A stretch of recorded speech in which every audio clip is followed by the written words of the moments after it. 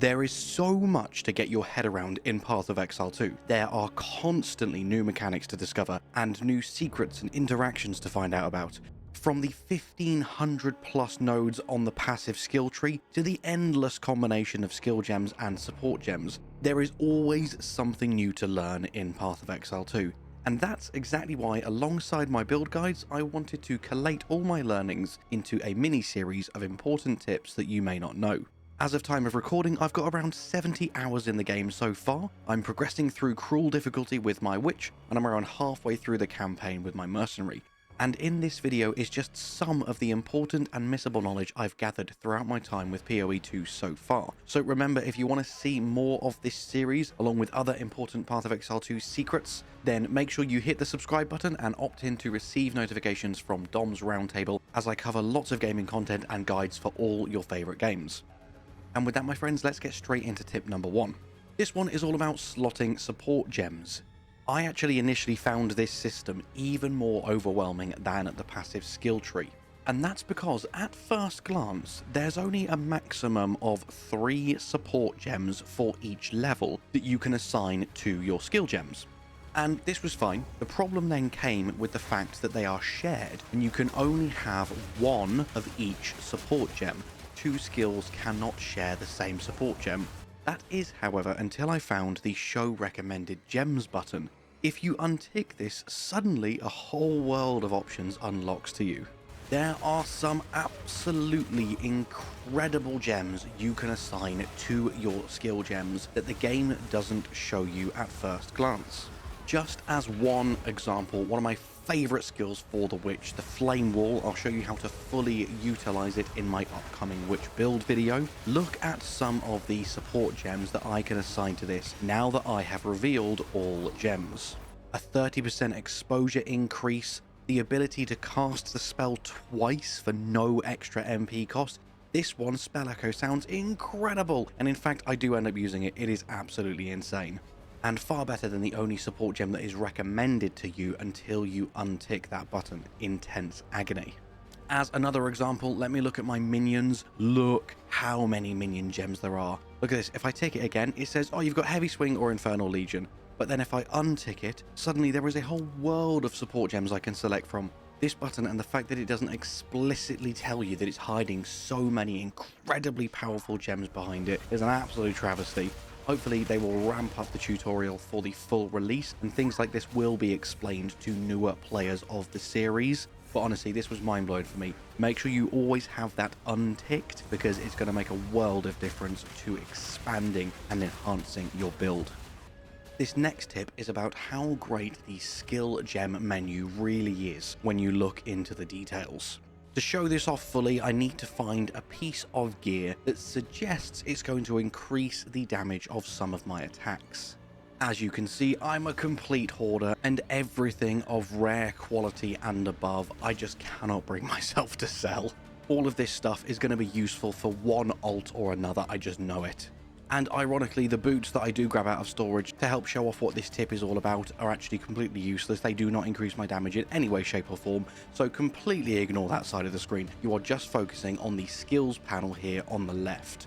And the purpose of this tip is to show you that the DPS, along with many other stats on your skill gems, will change in real time when equipping different gear and slotting different support gems. So if I now go to my gear and I take off a piece of equipment just temporarily, like my hands or my chest or my wand, you'll see that my DPS on the left hand side is physically changing in real time.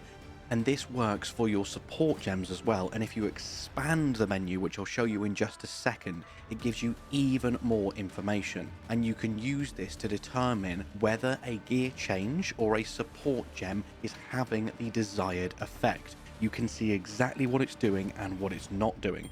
So now that I've brought up this panel for Flame Wall, you'll see when I remove Spell Echo that it actually reckons the DPS is increasing from 268 to 384. But it is also getting rid of that echo count, which makes the spell trigger twice. And having this menu here, especially late game, is just fantastic for min-maxing your build. You can see exactly what every single piece of gear and every single support gem is doing, so you can make efficient, informed choices before swapping out that legendary equipment. I appreciate the first couple of tips were a bit waffly, so I'll try and speed this up so I'm not keeping you here all day. So this next one is very straightforward. All you're going to do here is go into your options, go into interface, and under gameplay there is a bunch of options in here that you can tick that could make your life a heck of a lot easier. The two I strongly recommend are show mini life bar above you and show mini life bar above NPCs, enemies only. This means that you don't keep having to take your eyes off the action, either up to the top of the screen to see the enemy's health, or down to the bottom left and right to see your health and mana. You can keep your eyes in the middle, smack bang on the action, and you never have to divert your attention, so hopefully you're less likely to miss an enemy's attack, and then make a bad decision that ends up getting you killed because you were too busy looking at your health pool down at the bottom left.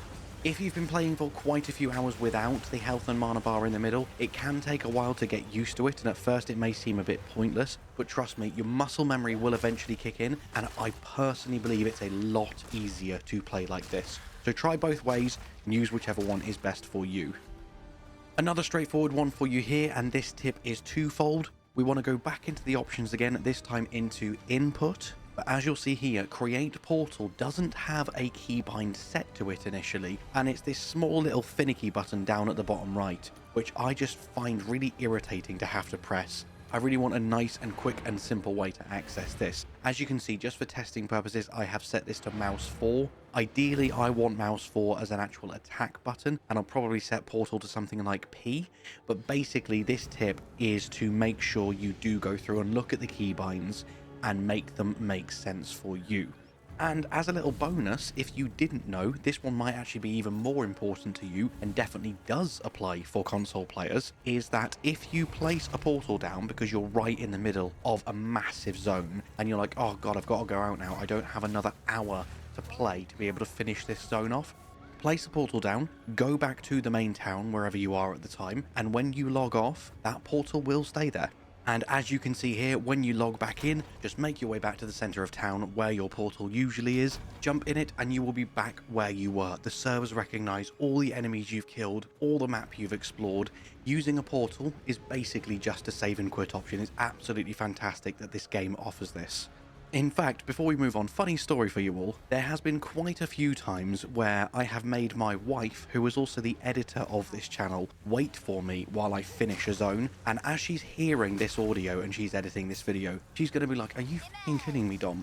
All this time you could have just used a portal and quit the game, and you made me wait an hour before we went out. So yes, sorry. This next tip is the one most people are the most likely to know. I think there's probably not many people that don't know this one, but it's really important and worth mentioning if you don't know it. Vendors change their stock every time you level up. Sometimes it can be a bit naff, like the example I'm about to show you here, but it's always worth checking every single vendor at every level up, because sometimes they offer crazy good gear that is going to be better than boss drops for your current level.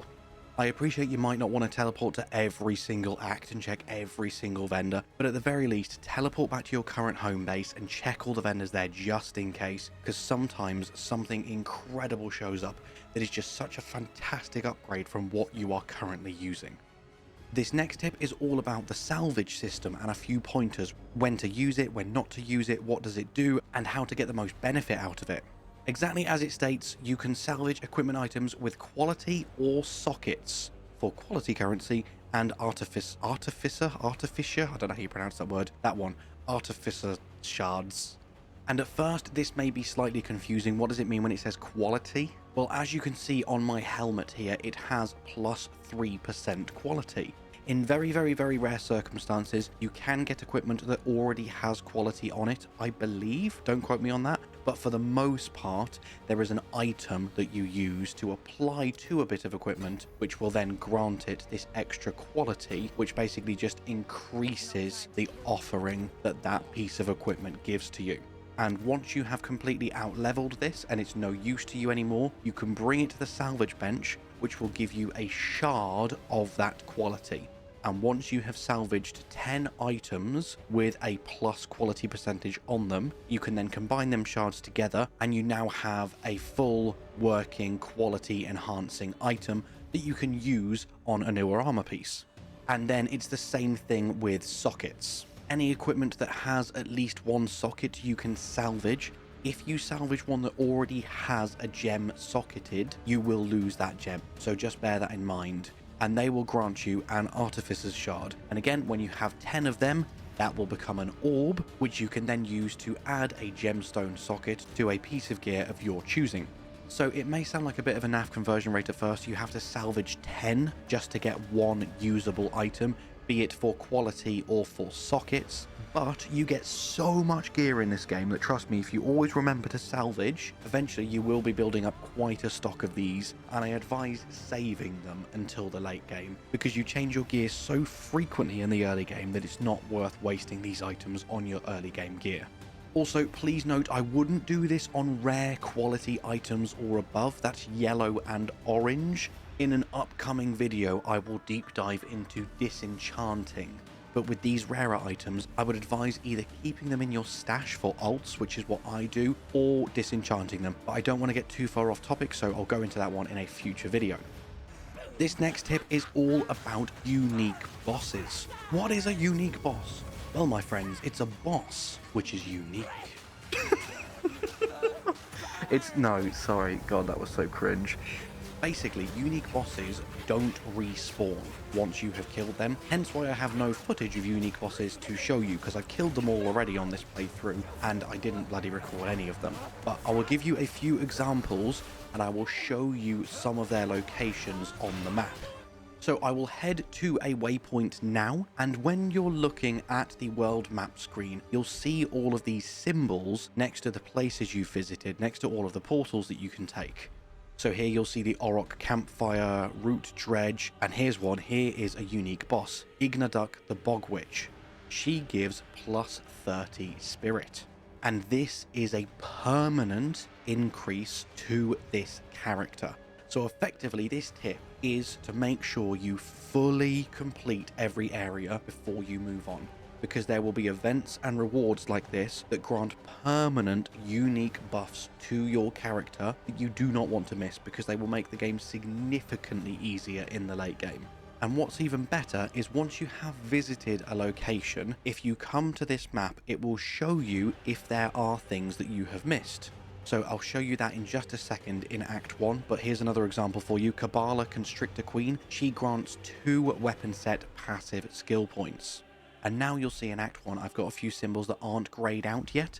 The gallows here in the Mana Ramparts, the ritual altar in the hunting grounds. These are things that I've missed, and the game is telling me about them, so I can go back and do them. And here you go, Bearer of the Rotten Pack, that's another unique boss there. So just make sure you're going through, you're checking all of these icons, and you're making sure you've cleared every single thing in every single area, because they are really going to help you in the late game. This next tip will hopefully help you never ever miss another piece of loot again. This will be the keyboard controls, but if you are using a controller, just look in the options and you'll be able to see exactly what I'm talking about. Basically, as you're running around the world, you can hold Alt and it will highlight all loot available to you. This isn't just loot that enemies have dropped, this is loose rocks, rubble, logs, effigies, chests, barrels, crates, the works, absolutely everything. And there are so many missable chests hidden behind set pieces in the world that you physically cannot see, and you have to be holding Alt to see them. Or, alternatively, an even better option, if you're happy with this stuff being on your screen permanently, all you need to do is press Z on your keyboard, just the once, and it will keep this setting on permanently. You'll now always be able to see all loot at all times. If you don't like screen clutter and you don't want it on at all times, just make sure you're holding Alt as you're roaming. But if you don't mind a little tiny bit of screen clutter, just press Z on your keyboard and you'll be able to see all of this loot all the time. Simple as that, and it is such an incredible change. This next tip is about the power of the stun. You probably already know that you can stun enemies, that's the bar below the health bar, especially effective against bosses. But did you know that melee abilities and physical damage abilities are the two most effective at stunning enemies? And that is another reason I absolutely love the minion build of the Witch. You can summon so many skeletons and bone constructs and zombies, etc, to absolutely go ham on bosses and build up that stun bar so damn quickly. What's even better, when you get really good at the game and you can actually physically manage that stun bar, you'll be able to use it to efficiently stun enemies out of their big scary attacks. When you've gone through the game a few times and you know boss's most powerful attacks, you can build up the stun bar and then start using elemental attacks and ranged attacks so that you're building up the stun very slowly and not accidentally triggering it. Then, when they're about to use their big scary attack, stun them, cancel them out of it, GG. Learning how to efficiently and effectively manage stun, and even going for a stun heavy build like with the Titan Warrior, can be such a viable strategy in PoE 2. And finally for this video, this is a small one, but it's a massive concern to new players who aren't sure what's going to happen. So this is just a heads up for anyone who hasn't completed Act 1 yet. When you beat the final boss of Act 1 and you speak to the hooded one, you will be automatically thrown into Act 2. And you might be like, oh no, I've just lost my loot now. So make sure you grab everything from the boss's arena before you opt to move on. And even when you have moved on, don't worry about not being able to turn in your quests or not being able to exhaust dialogue, because a very short way into the next act, you'll find your first waypoint and you'll easily be able to switch between acts. You can change back to Act 1, teleport back to the town, and wrap up any quests and any dialogue that you had unfinished. Simple as that. So my friends, as I say, more build guides to come soon, along with even more tips and things you didn't know videos. So make sure you're subscribed to Dom's Roundtable. And on that note, all that's left for me to say is thank you so much for watching. I hope you have an amazing day, and I'll see you in the next one. Bye bye.